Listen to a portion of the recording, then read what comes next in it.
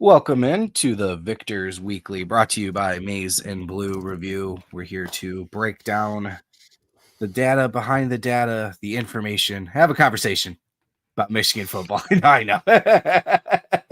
Just kidding. No, you're here to talk Michigan post-bye week. We've had a lot of, to your point, Nick, we were talking before we came on, theorizing the last few episodes and looking at what it means, etc.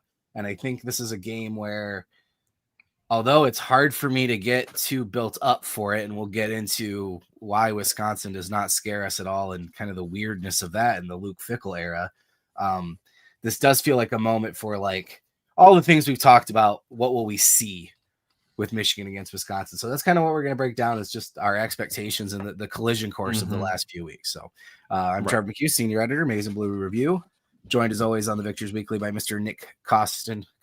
Damn it. It's all the same to me. I'm just Nick. Around the neighborhood, Nick. I'm Nick. I'm just going to start calling you Boutros, a.k.a. Big Boutros. Actually, yeah. That's fine.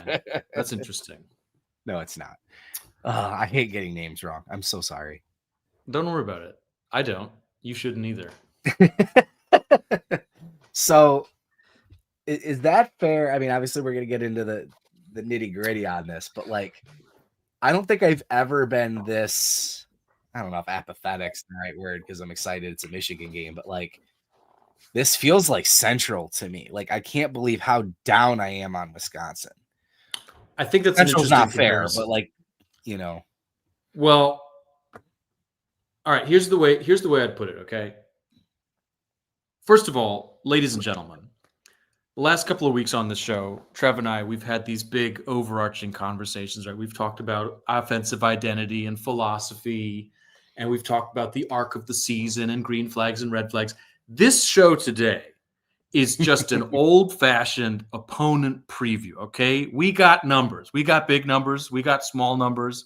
We got round numbers. We got whole numbers. We got decimal points, okay? Because Wisconsin is a team that is kind of hard to talk about this year if you want to go in the strictly conversational, philosophical direction. Because they're just bad. They just stink. They smell. But numbers-wise or breakdown-wise or structure-wise, if a single football game you want to talk about, you'd say there's 5 phases to it. Special teams, rush offense, rush defense, pass defense, right? Now, at 4 of these 5 things, Wisconsin stinks. They're bad. The only thing that they can do, the only number I've got for you to build a Wisconsin preview around that has some meat between the buns is their rush defense, okay? On paper, statistically, Wisconsin has the number 1 rush defense in the country as far as opponent yards per game on the ground. Now, both Trevor and I have some evidence to suggest it's a bit of a mirage. I won't say fluky. I won't say fluky because it's not a fluke. It's a byproduct of the schedule. But at the highest level, what you would say is Wisconsin's played 4 games. They're 2-2. And the strongest evidence for their rush defense is not what they did against Alabama or Maryland, but actually what they did against Miami of Ohio. The only opponent rushing underperformance was Miami of Ohio. That is a good to decent MAC rushing attack that Wisconsin held under its season average by a significant margin. In the other 3 games, Wisconsin played bad rushing offenses and they put up bad rushing outputs. And it's really that simple. All 3 of Middle Tennessee State, Alabama, and Maryland are at or under 3.5 yards per carry on the season, regardless of Wisconsin. Correct. And so really this episode, we're probably going to take an hour, but it could be a 2-minute episode where the question on one side of the ball is, can Michigan run? If yes, game is over. Yeah. And on the other side of the ball, where we do have a little bit of breaking news, personnel-wise, the other side of the ball, we'll get to this later, is does Billy Edwards play at quarterback for Wisconsin? If no, the game is over. So that's why we got to find some of these numbers to sink our teeth into, because as a high-level conversation, it's just a really bad team that stinks, that is sloppy. It's not just bad because it's hurt. It's not just bad because it's young. And it's not just bad because it's poorly coached. It's all three of those things. Yeah, it's crazy.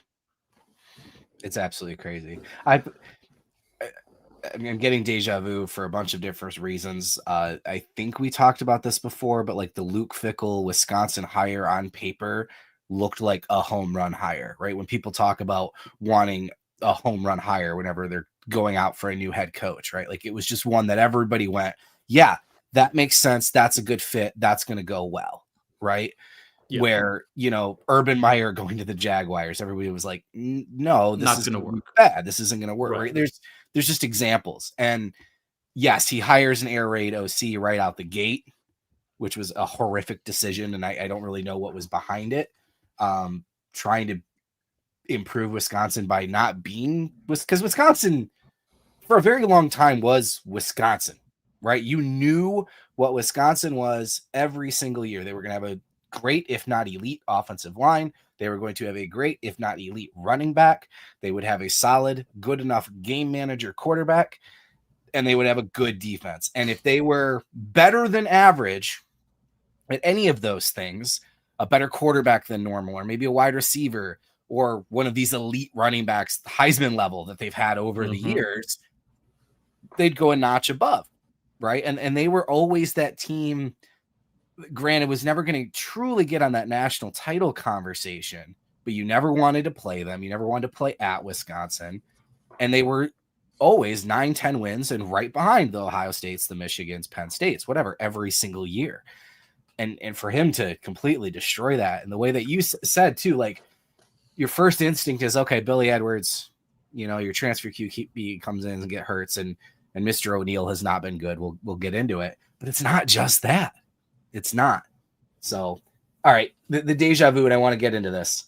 In the past, I feel like Michigan has played teams early in the year. I think it was the Penn State game in 2022 when they ran for like 400 yards. That Penn State's defense was ranked, like rush defense was ranked like among the best in the country. Right. And And mostly after halftime. Yeah. Yeah. And they heard about it all week. And the offensive line specifically said, oh, yeah, we heard it. Trust me. We, had a point to prove. And a lot of people have spoke this week about, does Bryce have a huge game? Does the passing offense stretch its legs a little bit because the Wisconsin run defense is so good? And I hesitate to think that because, one, when Michigan hears this is the best rush defense, they think, okay, we're going to prove it's not. It's not how Michigan operates. Right. Right. And two, it's not the best run defense. So I don't think the game plan needs to be pass heavy to avoid this elite run defense. So do we want to take turns? How do we want to methodically destroy this narrative? Yeah, that's fine by me. If you want to launch your numbers first, okay. I'll sit back and wait. But we're on the same page here, right? In that my preparation for this episode days ago was thinking, ooh, does Michigan have a fork in the road decision to make here? Are they going to not lean into the run like they want to do because that Wisconsin front is such a ball-stopping defense? And are they going to let Bryce cook? Are they going to throw 40 times? Or are they going to, try and break through?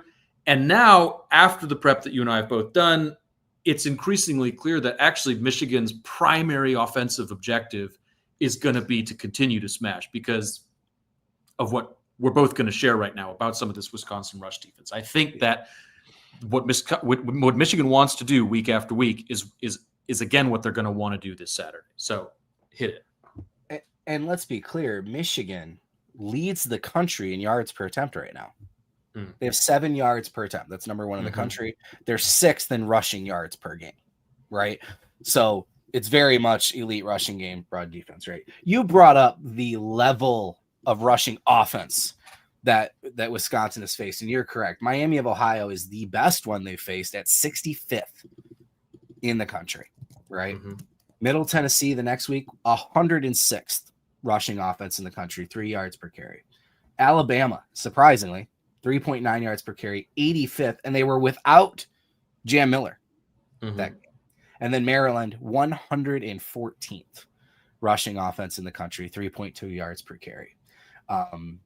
Wisconsin's allowing 2.1 yards per attempt total compared to Michigan's rush defense of 2.4 yards per attempt total. So the thing that kills me, and Wisconsin I got more stats I'll hold back, but 24 carries a game, second lowest faced in the country. So not only have they faced really bad rush offenses, those offenses are running the ball 24 times a game. That's it.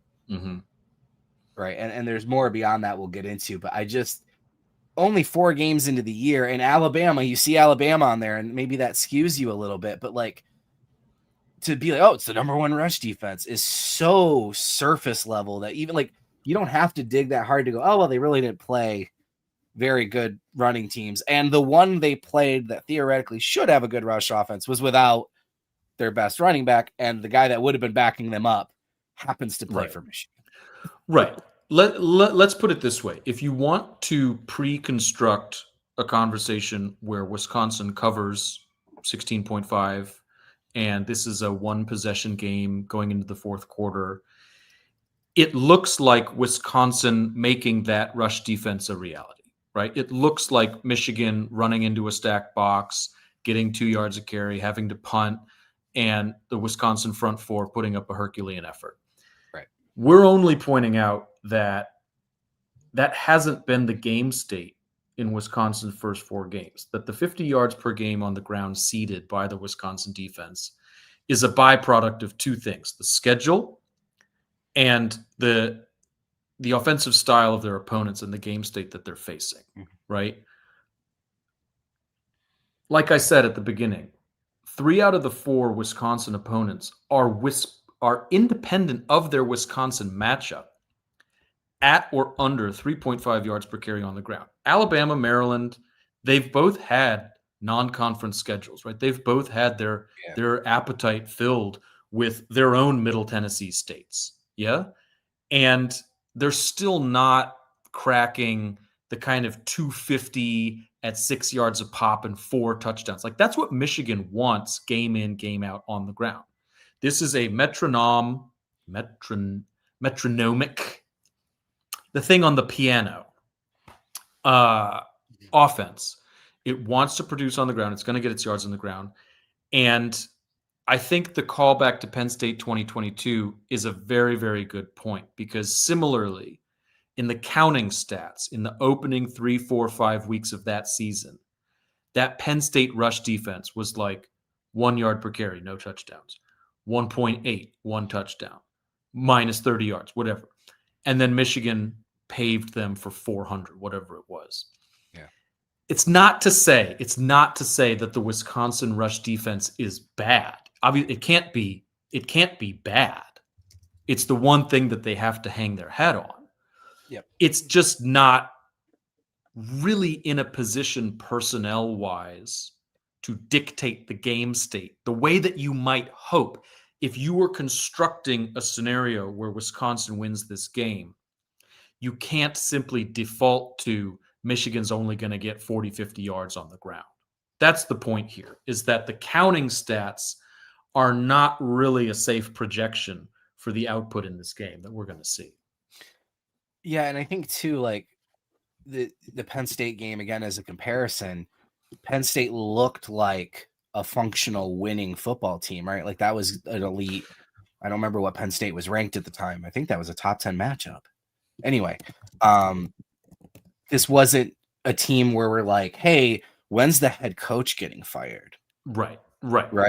And talking about his buyout is the only obstacle preventing that from happening already, right? Like there's so many other issues like you brought up with Wisconsin. Really, this run defense seems to be the only thing they can point to as a positive. And what happens if Michigan destroys that narrative? Right. And, yeah. So that's a really good point. So the Penn State 22 game, they were ranked 7th coming in. Yeah. They were undefeated. They had destroyed Auburn on the road. They had allowed 30 points in the past 3 games combined. Wisconsin is coming into this game. That is a much different profile. And I think we'll get into how the 2 teams approached the bye week, I think later in the conversation. But again, very, very telling. So like the one comparison you'd make to that Penn State 22 is what is Michigan going to do with its offense against this touted rush defense? But otherwise, yeah, two teams, two programs in very different places coming into the matchup. And to your point before, in terms of the style of play of the opponents and how that counteracted, right? Alabama did adjust, and they had, no Jam Miller, weren't able to. Ty Simpson, I think, actually led in rushing in that game, which has become kind of a thing with DeBoer, because part of the reason Haynes left was because Milroe got so many carries. But anyway, right, they were using their quarterback as the RB1, basically. Yeah, but throwing the ball, he was 24 of 29 for 382 yards and 4 touchdowns. Yeah. Maryland, same thing. Their freshman quarterback, Malik Washington, 18 of 34, 265 yards, 2 touchdowns. And their running back still went 15 for 62, which is not atrocious, right? That's pretty average contribution, I would say. But like at the beginning of the year, I think everybody was saying Maryland was the team DOA, and Loxley was probably not going to make it till the end of the year, right? And at week 4 to have this reversal already is stunning. I mean, Maryland has been playing pretty well relative to expectations, and whatever low expectations you had for Wisconsin. You and I've talked about this before. They might not win another game. Yeah. Their schedule's brutal starting now. Yeah. Yeah. So from this game to the end of the season, it is a sprint. They have 8 games remaining. 5 of the 8 are against teams currently ranked. And the 3 that are unranked are Nebraska, Iowa, and Washington. They're not Nebraska. Why? Is Nebraska ranked? No, they don't. I think I'm right. They don't play Nebraska. Oh, okay. So Wisconsin, obviously at Michigan, and then Iowa, they host Iowa. Right. They host Ohio State. Then they travel to Oregon. My God. Host Washington. Go to Indiana, which I don't want to like Kurt Spaghetti, but man, is he backing up his talk. He rocks. He's awesome. He's awesome. And then they host Illinois in the Bielema Bowl, and then they go to Minnesota. Yeah. So that Minnesota game, I don't know. It's crazy. There is a wonderful Wisconsin insider. His name is Jesse Temple. He runs Badger Connect. And he did a pod the other day coming out of the bye week, basically handicapping the rest of the season for Wisconsin. Like, where are the wins? And the co-host sort of challenged him, like, can you rank the rest of the regular season schedule for Wisconsin in terms of the likeliest win? And it was so difficult that it's basically Iowa is first because Gronowski is hurt. Iowa is the only one that might be 50-50. And then the regular season finale at Minnesota is the second likeliest win. Yeah. Simply because you drew the short straw on the West Coast road trip. So you got to go to Oregon and to Washington, right? Washington might be at home, but in either case, you've got to play an absolutely nuclear Indiana program. Once upon a time, if you were a Wisconsin coach and you were thinking, like, how do we get to bowl eligibility? Thank God for that pit stop versus Indiana. Not this time. Illinois, sure, they took a beating, but then they found their footing and beat USC. Like, there are no pauses to take a breath. Yes. The theory was that the entire USC team got food poisoning at their Champaign hotel. That Illinois intentionally did it. Yeah, I would respect Bielema if that were the case. It worked. So job well done. As you know, I live here in Los Angeles. They ordered the same pizza Michael Jordan did back in the day. That's right. I will be at the Coliseum for Michigan at USC. I will be food testing all of the Michigan players' door dashes. So I'm going to take one for the program. But back to Wisconsin. Basically, and we'll get into this a little bit in terms of the the talk that's coming out of the program. Most programs want to use a bye week to get healthy and build on something. And Yes. there's no foothold, whether it's conversational or structural. Every Big Ten program makes its head coach available on Mondays for press conferences. And then there's midweek Wednesday availability for coordinators and position coaches and players. And you cannot help but notice when you watch Sharon Moore and Steve Kasula and Wink Martindale and the Michigan players, they're talking about filling gaps and you have to stay pointed on this guy's hip. And there's a ton of just this great sort of deep research on how to play your position and It's how clear to they've been getting into the attention to detail piece. just a lot of detail and a lot of reps. And meanwhile, Luke Fickle is saying at his Monday pressers, like, I don't know how to fix it, or I don't know where to go from here. And the players are saying, I know I haven't played to the standard at which I held myself, and I just have to lean on myself, and I hope my teammates have my back. And it's a bit squishy. It's not a statistical analysis or anything, but there's just a long road ahead the rest of this autumn for the Wisconsin football team. And it started 2 weeks ago with this Maryland explosion in which Billy Edwards got hurt again. He came back too fast, and they had just sort of a dismal bye week. And now this road to hell begins for the team. Yeah. It's really, it feels bizarre to me just because of a lifetime of Michigan, Wisconsin games. There was a stretch where they hardly played at all. And then there was a stretch where it felt like they played too much. Right. And you think of the 2021 season and then 2023. Wait, which, trying to remember now. What was the 21 was the road game Yes. where Michigan, it was sort of, so that was an interesting game because Wisconsin win-loss was 1-2 in that game, but they were hosting Michigan, and Wisconsin was actually favored because their yards per play, their output wasn't really matching the record. They had a weird multi-turnover loss to Notre Dame. But that was the game that a lot of Michigan fans look back on as the moment that the program totally changed. The jump around. Yeah, Michigan stole the jump around. Yes. And went on to dominate the second half in the fourth quarter. And I don't think, to be honest, I don't think the Wisconsin fan base looks back at that game in any particular way. I think that has everything to do with Michigan and not much to do with Wisconsin because Paul Chryst lingered a few more years after that. But yeah, it's always been, from the Michigan perspective, a really important game on the schedule to see who you've got, see what you've got. I'd say the same thing about the 2016 game, which ended with the Jordan Lewis one-handed stab. That was an incredible defensive slugfest. That was year 2 of Jim Harbaugh.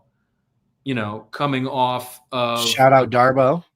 Right. That's right. Shout out to Darbo. Yeah, he did.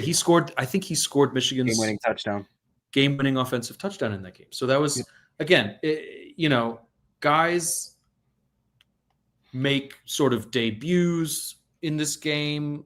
They shine in this game. It's a measuring stick game for Michigan. And having said all of that,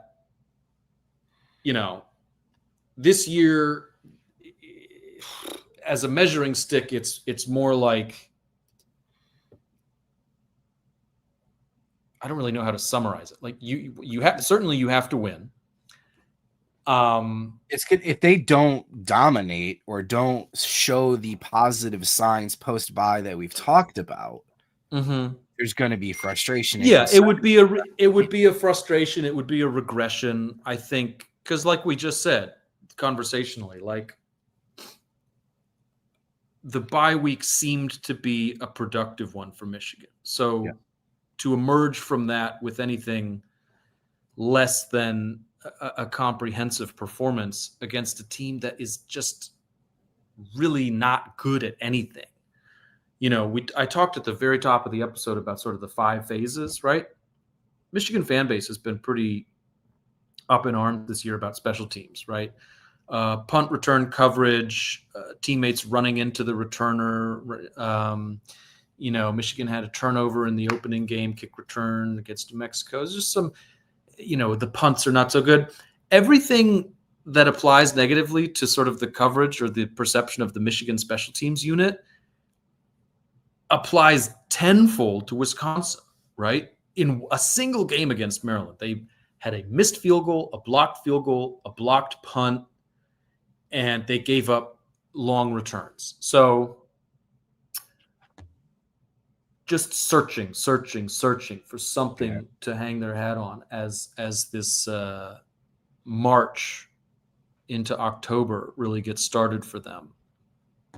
Well, and again, with the run defense, the last thing I'll say on that, with that being what they can hang their hat on, if you will. Right.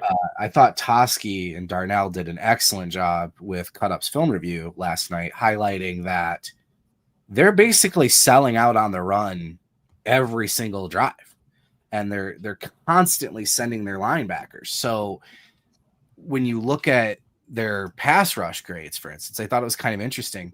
The majority of their sacks are not defensive linemen, because they're constantly sending linebackers to fill gaps and stuff to run, and they're the ones getting through and getting the sacks off. And not that the defensive front isn't creating pressure, but a lot of times it's that extra blitzer, if you will, that's getting through. So they're selling out on the run to get these stats. And then when the team adjusts, their opponent, and starts throwing the ball, they don't. and they don't have that answer with linebackers dropping back into coverage. So that also raised another thought in my mind about numbers, which is college football takes the lost yardage from sacks away from rushing, right? True. So if Wisconsin's got these games with some big sacks early, how is that impacting games? Well, your Miami of Ohio, where they ran for 57 rushing yards, were only credited 34 because they were sack adjusted. Middle Tennessee State actually ran for 73 yards, 33 sack adjusted. They lost 40 yards on sacks. Wow. Alabama 86-72, Maryland 71-61. Now that's a standard across college football, right? Everybody has their numbers adjusted in that way. But again, I think back to your original point of like how Wisconsin plays and how their opponent plays. This is not something that's going to hold as the season progresses, especially in Big Ten play. I mean, I think they are going to, especially if they stick with what they're doing, not only is that rushing defense number going to continue to fall or rise, however you want to put it in this situation, and get exposed, it doesn't appear they have any answer in the passing game as well. So, right. The Wisconsin defense right now on SP Plus is number 30, which is okay. It's below the standard of the program, which is often a top 15, top 10 unit. But it's really, you can divide it in half because their front 4 starters are terrific. In particular, these edge rusher outside linebackers, Mason Rieger and Darrell Peterson. Yep. They both have really high grades on PFF, an 84 for Rieger and a 90 for Peterson. Suggs and Barton in the middle. Barton, by the way, is a huge guy. He is a true nose. Okay, he's 340 pounds. They've got PFF grades 70 and 73. And that's it. When you get past them, when you get behind them, all of the defensive contributors are in the 40s, 50s, low 60s, and they're not performing well. And perhaps the worst news, I want to get the guy's name right, but if you think of the top 3 starters for the Wisconsin defense, you think about Rieger and Peterson, but then the third would be their deep safety. Did you like my stall? Preston Zachman. What a pro. Preston Zachman. Now, Preston Zachman is out for this game, confirmed, possibly out for the season. He's their deep safety. Yes. He's the guy who has to clean up all of the bad underneath busts by the corners and the nickels. And his backup, Matthew Young, has a 49 grade. Now, Matthew Young is all they got back there. And so the Michigan question, the Michigan matchup question here is, if Crippen and Guarnera and Link and Sprague and a returning El Hadi, who's supposedly back to full health, if you've got the Michigan first team offensive line, which is really starting to gel, if they're getting the ball essentially past that front four, the only guys on the defense that can really participate and make plays in a Big Ten game, there's just nothing but air behind them, right? That's why that matchup on the ground is really we haven't even talked about what Michigan needs from Bryce Underwood through the air, what Michigan needs from Donovan McCulley, or they used the bye week to give more snaps to young wide receivers like Andrew Marsh and Dramar Browder. Could those be big Wisconsin game debuts for those Michigan players? Maybe so. I mean, it would just be piling on, right? But there is a world where Bryce Underwood has like 13 pass attempts in this game. Yes. Yeah, I know. I'm trying to decide in my mind, because it could be, I think they could still achieve what they need to running the ball to feel like they did smash in what they needed to, and have an excellent passing game for them to build on post-bye. Because you're right to that point. I think the themes of the bye week were what they should be: get healthy, improve, focus on the little details, right? El Hadi hopefully can go. I get so cautious because of the way Sharon Moore speaks about injuries and what level of progress a player has versus whether they actually end up playing or not.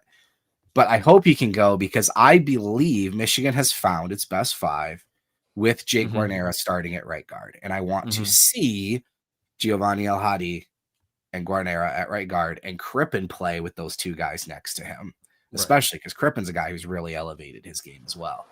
I want to see what that does in terms of protection, getting to the second level on the run game, but in terms of protection for Bryce, because as good as he's been on the move and as much as a light bulb moment as it was to, hey, give this guy the option to scramble, he is more generally a great pocket passing quarterback. And I'd like to see him be able to stand in the pocket. And we've talked about the first read thing. Like, he's supposed to hit his first read. It's a good thing if the first read's open. That said, I want to see him stand in the pocket with some time and see what he does with it, right? And then to your point, the next biggest thing will be, have they found the best option at wide receiver? I think that debate, that again, I don't want to get into people pining for, hey, what about Peyton O'Leary? What about, you just start throwing out names, and it's such an easy thing for fans to do. Oh, the guy I haven't seen, he must be better. I want the other guy. Well, we have seen O'Leary. We have seen Kendrick Bell. We know what they are. And in terms of the future, if it's a 50-50 flip, whatever, Goodwin being good and getting reps is better for Michigan this year and beyond, right? But so I think the debate is Channing Goodwin and Andrew Marsh in the Z role. How much Marsh cuts into it. His mistakes were very freshman-y. Very freshman. Yeah. Right? And playbook mistakes rather than physical mistakes. Yeah. Sure. And Goodwin has been a good, but not great, but not good. Excuse me. I'm trying to compliment him. He's been a great route runner. He has so many targets because he gets open. He's a great blocker. It sounds so dumb. I've said it before and I keep saying it. He's doing everything great for a wide receiver except for catching the ball, which is very crucial, right? I think that's something that can be worked out and fixed. Marsh clearly has the higher ceiling, but there's a world where those are your top two receivers next year. Yeah. So both of them being good would be great. And then your point, Jamar Browder, I want to see McCulley continue to get used the way they wanted to use McCulley, and that probably depends on Hanson's health more than nothing. But does Browder start getting some reps rotating at the X with McCulley? And do they throw a couple deep shots his way or 50-50 balls to allow him to use his size? Has he done enough in the first 4 weeks of the season and then the bye week now to get the kind of reps that Andrew Marsh got early in the year, which is, hey, you're the freshman, but you're good enough to get on the field? So I want to take this as a good segue to talk about something that we've covered a little bit before, but give me some room here, okay? Plenty of room. It's part of our season-long red flag, green flag thing, and something that I stick to a lot is how much is possible in season versus not. Yes.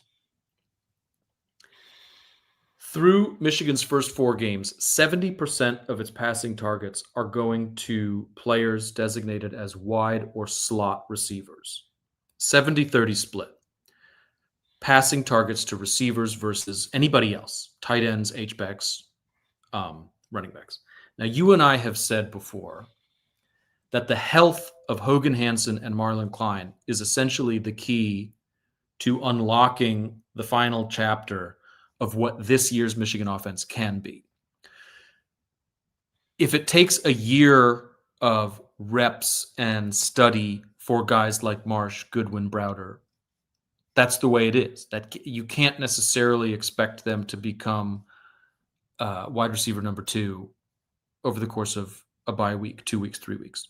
Sure. But there is the possibility in season, if Klein and Hansen are at full health, you can shift more targets to them. Maybe a guy like Jasper Parker, he's got great hands. He's a tall running back, something like this, right? Now, I want to contrast that with what's going on at Wisconsin. You can shuffle pass catchers. You can shuffle distribution of targets. Those are in-season possibilities. The offensive and defensive linemen are not in-season possibilities. And I want to tell you something about Wisconsin, okay? This is their injury domino effect. They've had 3 injuries to starters, Renfro, Kodanko, and Haywood. They had a portal acquisition in this offseason, a guy named Heinzen, okay? Heinzen, 4-year starter at left tackle in the MAC, comes to Wisconsin, starts game 1 at left tackle. He was so bad in the first game that they benched him, and he has not been seen since. So then it was Malman to left tackle, Mandel to right tackle, Corey Kodanko forced in at center. Corey Kodanko has since been injured. They're on their 3rd and 4th centers. 3 of these players are redshirt freshmen. Now, the bye week comes and goes, and now it's game week. Do you know what Wisconsin did during the bye week? They moved this benched left tackle who has never played anything else to center. Wait. The kid from Central. That's correct. Wow. Heinzen, I don't know his first name, I'm sorry, but Davis Heinzen from Central Michigan, 4-year starter at left tackle. He does have have 1 starter at Wisconsin left tackle. He played a lot of left guard last year, but you're right. No, definitely no center reps. And he was, as a high school prospect, he was actually a tight end who outgrew the position. He bulked up. Ryan Hayes. Yeah. He has never played center in his life, not from high school to Central to, I guess, the moonlighting at left guard to primarily over the course of, 70 games left tackle. And in a single bye week, they're trying him out at center. This is not doable. What is doable is an ankle heals and Marlon Klein gets more targets, whatever. This is one of the reddest flags I think I've ever seen. It's at a program. Well, this is the thing, right? It's one thing to attempt an in-season adjustment.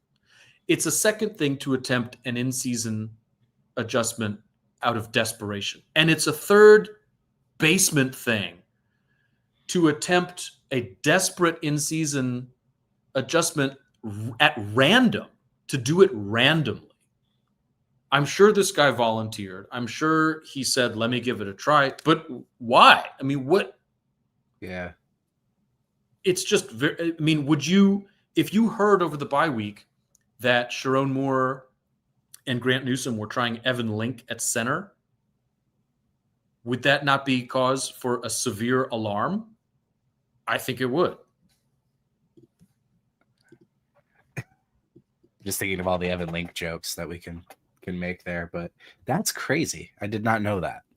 Yeah, I mean that reeks of desperation, obviously. Or at least, I mean, I don't know how you take it, or it's like, hey, you know, Michigan loves to talk about playing their 5 best offensive linemen, right? So you've decided, well, maybe he is one of our 5, but we need to get him somewhere so he can play at center. They have one of my favorite offensive lineman recruits.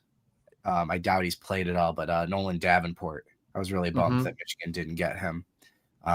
Defensively too, they've got some familiar names. Sebastian Cheeks, yes. Yep. And then is it Crumbs. JVR or Javier? I don't know how to pronounce it correctly.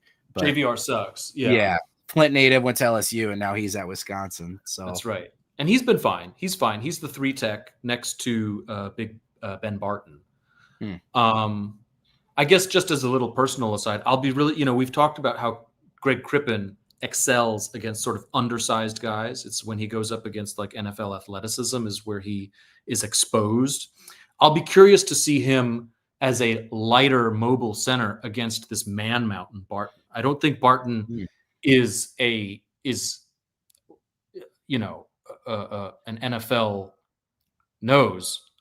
It's not about his athleticism, but just the sheer size of him. I think that'll be an interesting matchup to watch. Because if Crippen, it's just another test for Crippen to pass. And if he excels there, you're talking about an all Big Ten center now.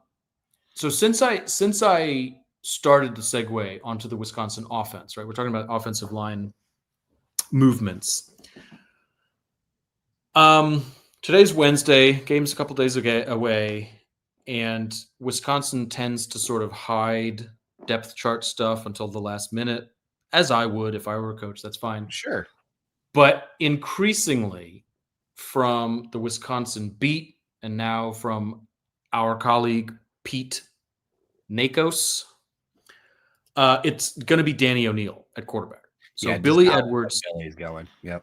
So Billy Edwards, the big portal acquisition, Maryland transfer, QB1, hurt his knee on the second snap of the first game, had to sit out. So he missed all of Middle Tennessee and Alabama, obviously most of the opener, Miami of Ohio.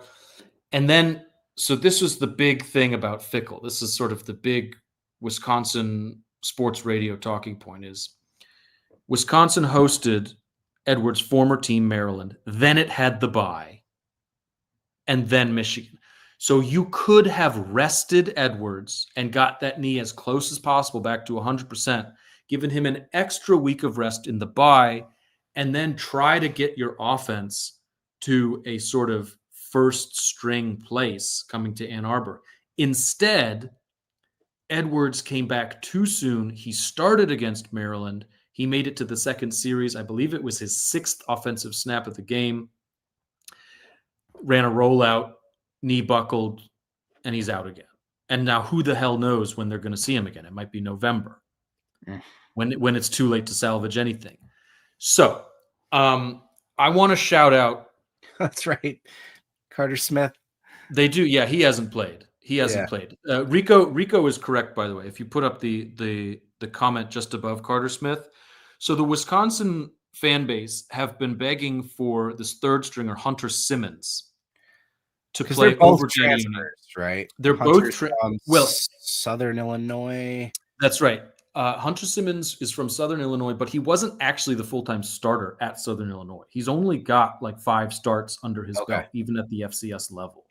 but he's a big, brawny guy. Looks And like a Danny Wisconsin O'Neal, quarterback. yeah. Danny O'Neal is in his 4th year in the program. I think he's a redshirt junior. And this is where I want to cite a friend of ours. It's a guy named Colin Johnston, a.k.a. Colin TJ, a.k.a. Manuel Excel. You can find him on Blue Sky. And he has really helped illustrate the difference between Billy Edwards and what he brings to the table and Danny O'Neal. Billy Edwards is a fine quarterback, okay? He is a normal starting quarterback in the Big Ten. He has even, in the last couple of years, put the fear of God into the Michigan defense, even the peak Jesse Minter defense, right? Billy Edwards, Maryland, put up some ferocious fights against great Michigan defenses. So he gives you, at full health, a nice floor. Michigan's peak portal target at one That's point. That's right. They wanted to pair him with freshman Bryce. So fine resume for Billy Edwards. Danny O'Neal, without disparaging his character or whatever, there is a physical threshold, a benchmark of arm talent that I think is required for a Big Ten quarterback to be playable, and he falls way short. So the problem with Danny O'Neal that's going to allow Wink Martindale and the Michigan defense to just sort of tee off and feast is that it's this fatal 1-2 punch combination of poor processing and no physical tools. So he's late on all his reads, and then he has no physical power to compensate for the lateness. Yep. And so he will throw some of the worst interceptions you've ever seen. And just to sort of put a bow on this, I think a lot of this can be wrapped up on both sides of the ball with the Wisconsin red zone. Okay, there is a huge gap between these teams in finishing drives and allowing drives to finish. So Michigan's offense is at 93% in the red zone, 71% touchdown rate. Okay, Wisconsin has an 80%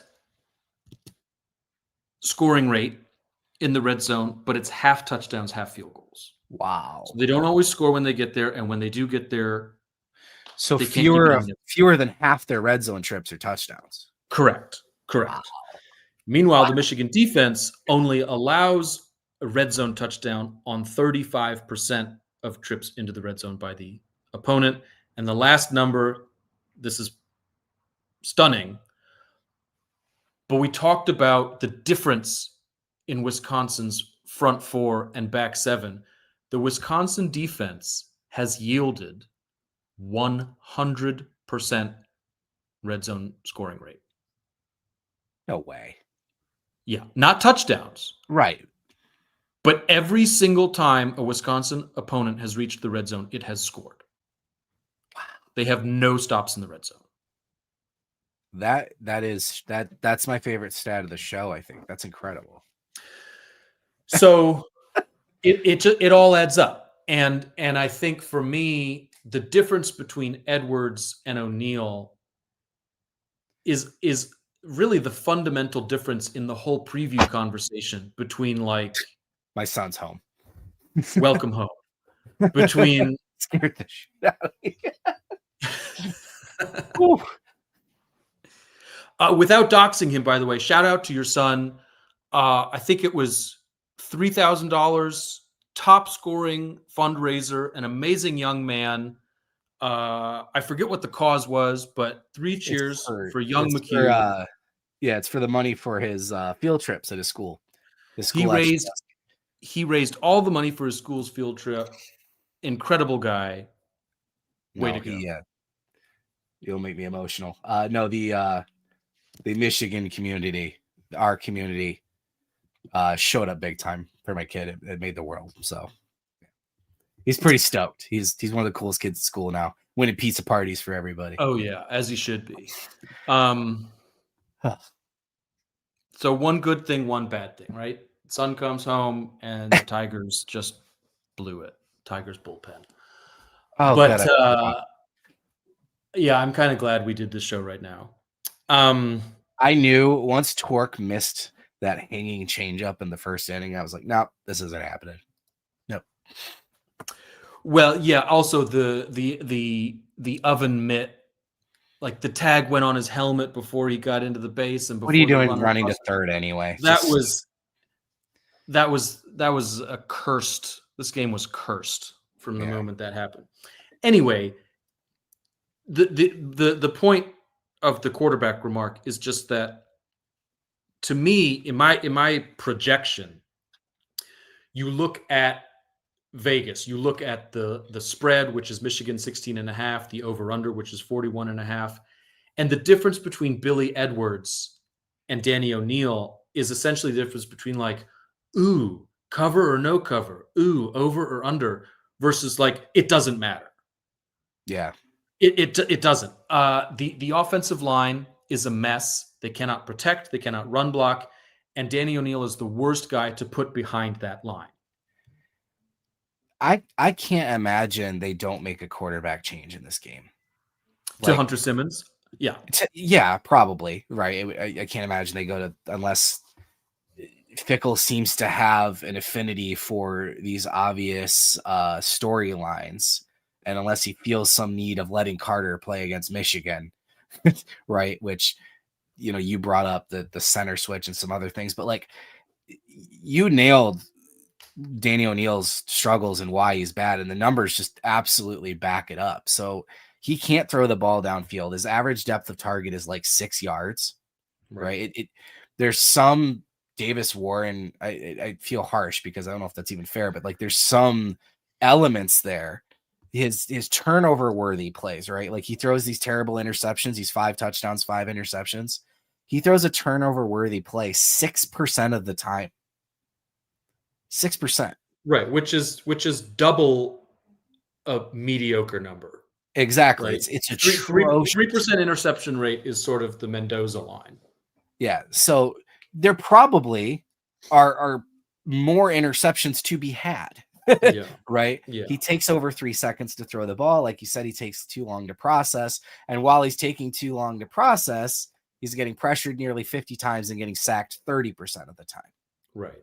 So, I mean, this is just setting up for, I think you really nailed it when you talked about right from the get-go, the 6 phases of the game, the 5 opportunities, right? Like Michigan's defense should eat. If the pass rush is anything like it has been or was against Nebraska, like they should eat.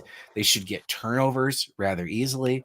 They should run the football. I don't care. They're going to destroy this run defense narrative. They should be able to run the football easily at will, whatever. Bryce in the passing game should be able to get comfortable, apparently, especially in the red zone. I didn't realize that. That's crazy. 100%. Right. Like, well, you mentioned this game shouldn't be close. You mentioned O'Neill's release time. That over 3.5, that's for the season. So that takes into account their body bag win over Middle Tennessee State. It was actually 4.5 against Maryland. That's so long. That's so long. I mean, it's like not even a collegiate quarterback number. I mean, you mentioned you name dropped Davis Warren. I think that Danny O'Neill is comfortably worse than Davis Warren. Yeah, that's why I said I almost feel bad bringing this up. I think the comparison is probably more in narrative than fact, right? Like when people think about what their frustration was with the Davis Warren. So to that point, his turnover worthy percent, you remember he had 6 interceptions in the first 3 games. His turnover worthy percent on the year was 3.8. Like you said, that's mediocre, right? And we're talking about somebody double than that. His time to throw, 2.8 seconds. Not great, but that also includes Oregon, Ohio State, Indiana, some really good defense that gave him fits, right? Yeah. And his sack rate, pressure to sack, 12%, not 30. Right. So your vision of Davis Warren, because I think this fan base, aside from beating Ohio State, right, which was not his statistical win, but like being the quarterback that beat Ohio State, especially the first half of the year, people's narrative view of Warren, that narrative view you have, O'Neill is and worse. Right. Think of how bad you thought Davis Warren was, and then make it twice as bad. Now I feel like we're being really harsh on O'Neill. It's somewhere in there. It's somewhere. Well, I'll say this. If Fickle is willing to move a guy who has never played center to center in his 6th year in the middle of the season, then why not? Yeah, give it a spin with Hunter Simmons. He's 6'5". Give it a spin with Carter Smith. Run some zone read. I don't know. But I don't – if you watch any Wisconsin podcast or read any article – you will find the same question and the same conversation taking place, which is like, what is the goal? What is the purpose? What is the identity? Like, what is anyone actually building towards? And that's a very knowledgeable, like, sometimes we get into, they're terrific fans. Yeah. Yes. I mean, this is a fan base that has historically, like we said, had a very good football program. One that is, if anything, maybe they weren't there at a talent level every year, right? But from Alvarez, the Bielema years, and Paul Chryst largely continued it. They were always coached well. They weren't making stupid mistakes. They played sound football, right? And they never got into like the crazy spread elements. They were very much their pro system, right? But like, you didn't lose to, or you didn't beat Wisconsin because they beat themselves, right? That it kind of, I mean, Bo era Michigan, you didn't like going to Michigan. They were going to win 9 or 10 games every year, pick off a couple Big Ten titles once a year. Maybe they have that national title caliber team. Like that's what Wisconsin was. And their fans, and I mean, the state of Wisconsin too, you start bringing up Packers, whatever, their fans, they're insiders, the people that cover the team, they're knowledgeable and they don't, that probably makes things really hard for Fickle, right? You can't gaslight the Wisconsin fans, right? And they're reasonable too. Like, I think you could say their expectations, like our expectations were low, but holy cow, right? Like the meme. But, and I don't know, I get so frustrated again, bringing up players that I like, but like Darian Dupree was my favorite running back recruit from that class. And like the secondary group of guys that Michigan could get. Right now they have Latimer, his younger brother is currently committed. We'll see if that holds, if Fickle sticks, whatever. But like, you're Wisconsin. Without trying, you can get good offensive lineman recruits, right? They're in the cornfields. They're out there. You can get them. Running backs, because you have 3 decades of success at good running backs will come to your program. Yeah. Right. To have an offense this dysfunctional, it feels like you'd have to try to have the offense go as bad as it has under Luke. Yeah, I feel pretty bad for Jeff Grimes. He's the offensive coordinator. So Fickle came in. It felt like a good hire in the flipping from Longo. It was a good hire, exactly. So he came in year 1. He hired Phil Longo to run an air raid. Stupid, just really dumb, awful. Set him back years, and then tried to correct the mistake with Jeff Grimes, and now. What you see is, now I don't want to call it like a feud between coaches because both men have been very complimentary. I don't want to suggest there's anything there that there's not. But again, this knowledgeable fan base is noting that the Wisconsin offense has no explosives at all. It's like dead last in the country in explosive play rate. And so Grimes is trying to generate whatever he can because there are no holes to hit, right? O'Neill has no arm. There's nothing downfield, and the running backs have no holes to hit. And so he's trying weird end around stuff with their slot Tratch, who was a big portal acquisition. And it's just it's a mess. It's a grab bag. It's slop. And so I think that it goes back to the thing about what can be done in season and what cannot. And the offensive line is such a post-Longo mess of injuries and youth and shuffle and inexperience and poor identification that, I would just, I guess just for the purpose, just to sort of put a period at the end of the sentence is like, Don't sleep on Jeff Grimes wherever he goes next, right? Yeah. I mentioned Jesse Temple as a great Wisconsin insider, and he and his co-host had a segment that they were trying to enforce upon themselves, which is like say something positive because it's so doom and gloom. And Temple's point was that the recruiting hasn't cratered the way you might expect, given all of the narrative around the program. Right? They're able to hold on to their 26 guys. I would say this, okay? I would offer this. If I'm going to stick to my line about what is and is not possible within a season, I think you kind of want this thing to accelerate. I think you kind of want to leave no doubt that you've got to do something. I think that if you're a Wisconsin fan, you'd rather see 2-10 at this point than like 5-7. That doesn't, Well, you're going to need motivation from somebody to pay that $25 million. So would be the second largest buyout in college football history. Yeah, that would be AD Chris McIntosh. Not a popular figure in the Wisconsin community right now. Yeah. It's, they took a long time on that segment. Let me say that, to find something positive. But I do think it's fair to say that they're able to hold on to their 26 verbals so far, even though it's really a dismal. Because this is such a respected Big Ten program. This isn't like Northwestern or Purdue staring down the barrel of 2-10. That happens. They cycle through coaches, whatever. But since Barry Alvarez, Wisconsin has never looked like this, ever. Not for 35 years. No, and again, I was saying, like, I feel like some things, again, the offensive lineman, Ramex, like the program recruits itself.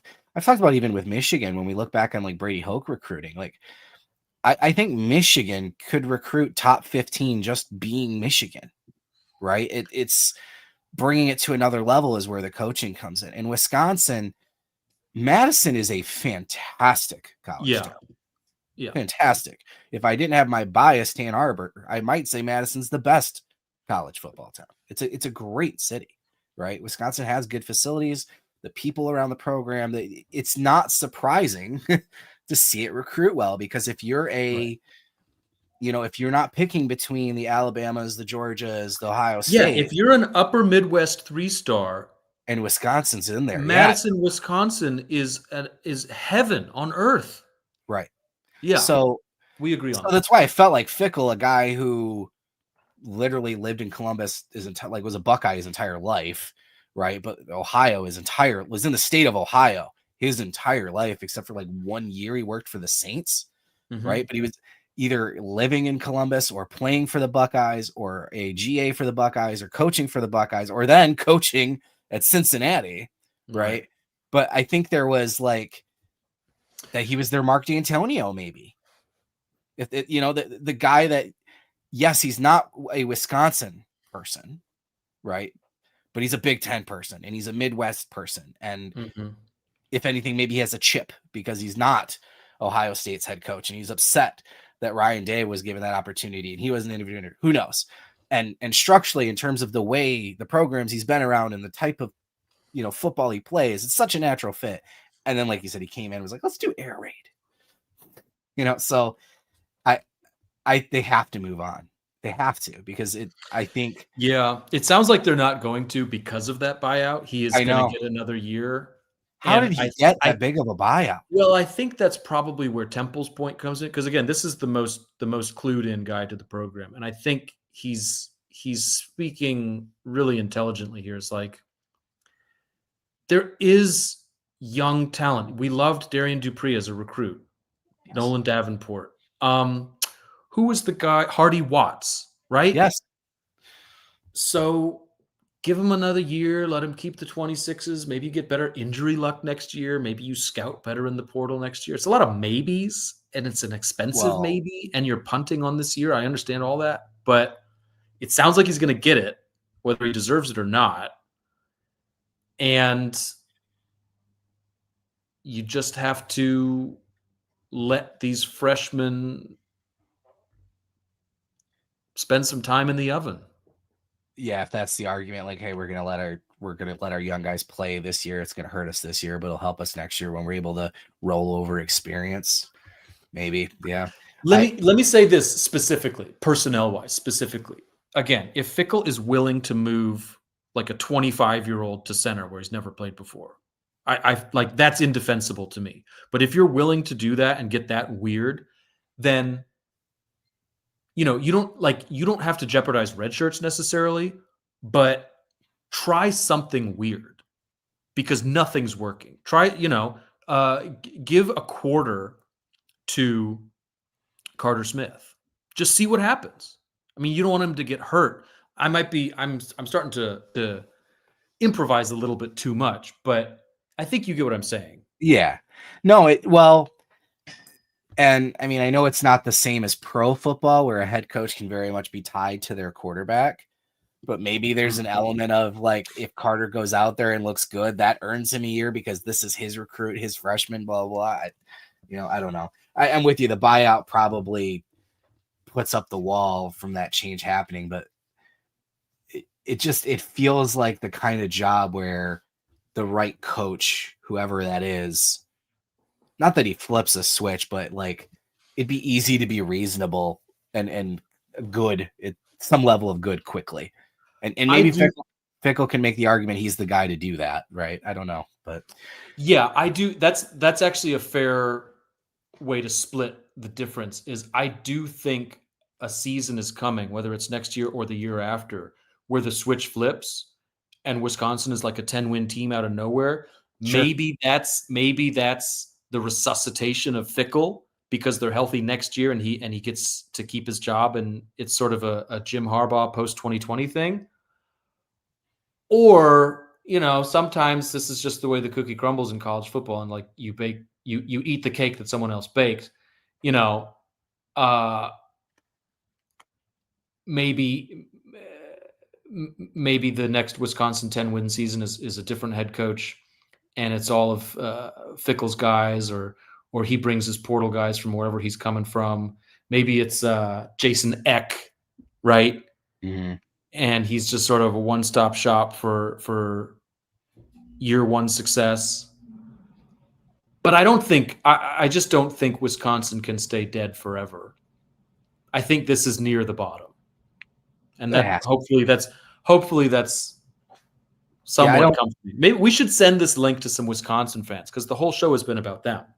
I was going to say this has been the least Michigan, but I mean, again, from a narrative perspective, it's just hard to ignore it because I think if Michigan wins big as they should, right, then we will be the same Michigan fan base we always are, partially satisfied, but still now wanting more and probably still finding things to pick apart because unless it's literally rush for 300 yards, pass for 300 yards, like the most perfect blowout of all time. It might be. I mean, it might be, right? But if it's not, we'll still have something negative, but it might be the tipping point for a Wisconsin fan base. Yeah, maybe. Like, okay, yeah. I think it's a 2-week thing. I think it's Michigan and then Iowa because I don't know if Gronowski is going to be able to play for Iowa. So if you like this 1-2 punch is like if Michigan blows you out horrible and then you lose like 9-6 versus Iowa without a quarterback, that is maximum infliction of pain, right? If you just lose the rest of your games 90-0, everybody's going to check out. It's fine. But if you sort of alternate beat downs, because I mean, don't they play Ohio State, right? Mm-hmm.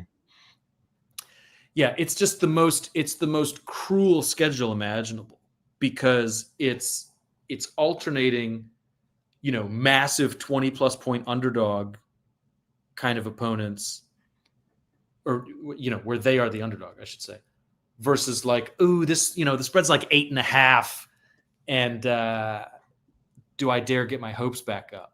So if you're Wisconsin, you just have to hope this is the end or the bottom. I'm going to end the show here because I think this is a perfect I was hoping this was true when you said what you just said, and it is. In 2022, when Paul Chryst was let go, they went to Ohio State and lost 52-21. They got blown out, right? So a blowout to Michigan, right? And then the very next week, they lost at home 34-10 to Illinois. And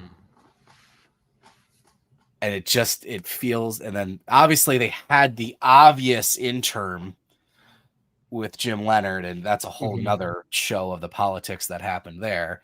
So that was maybe part of it, but a blowout against the elite of the Big Ten, the Ohio State, the Michigan, and then a loss at home to another one of those second tier teams, the Iowas, the Illinois, the ones that you are always the best of the rest. You lose badly to them. So an Iowa ugly loss, maybe that's it. And they're like, guys, how much? I feel like we could do a whole bonus episode on just Wisconsin, because now the other question is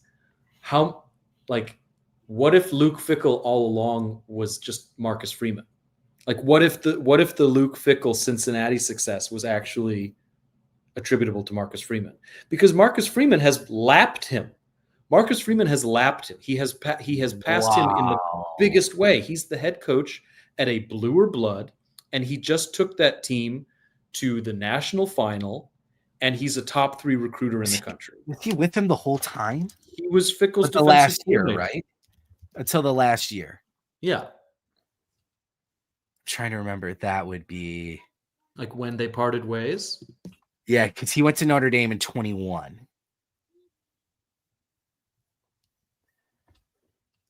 And he was the DC at Notre Dame for 1 year before they promoted him.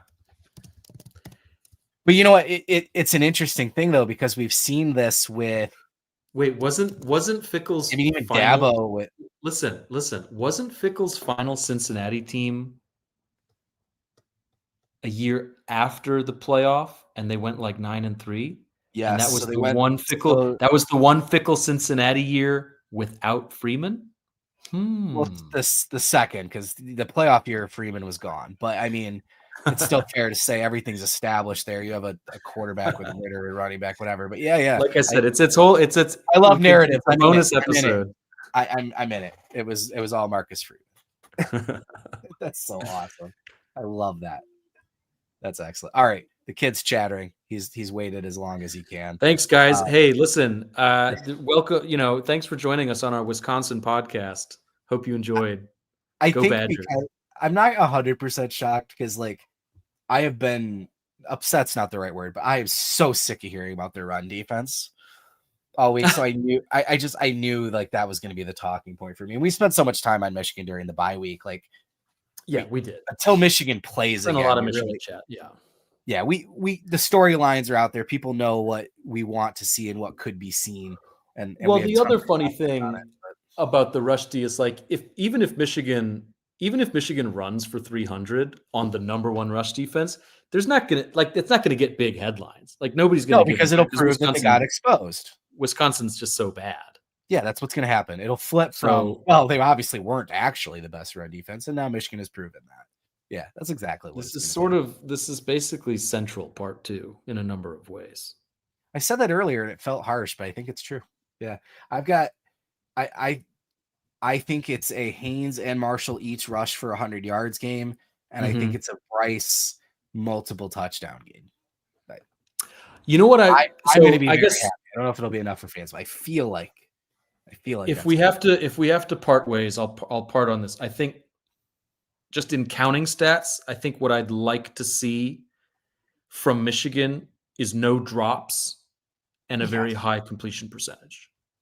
A clean game where there's not their self-inflicted the self-inflicted wounds to point to. Agreed. All right. Well, like I said, the content's flowing in. The coaches have been at the podium this week, and we have tons of recaps on that over at Maize and Blue Review. And we're going to get into more game stuff as we get closer to the game. Friday forecast, our full game preview dump will be available on Friday with opponent look ahead, players to watch, betting lines. I do my inside the matchup, lots of detail there. Dennis was live earlier today. Cut Ups was live last night. If you haven't seen either of those, great episodes. Make sure you get caught up on film review and what Dennis had to speak about.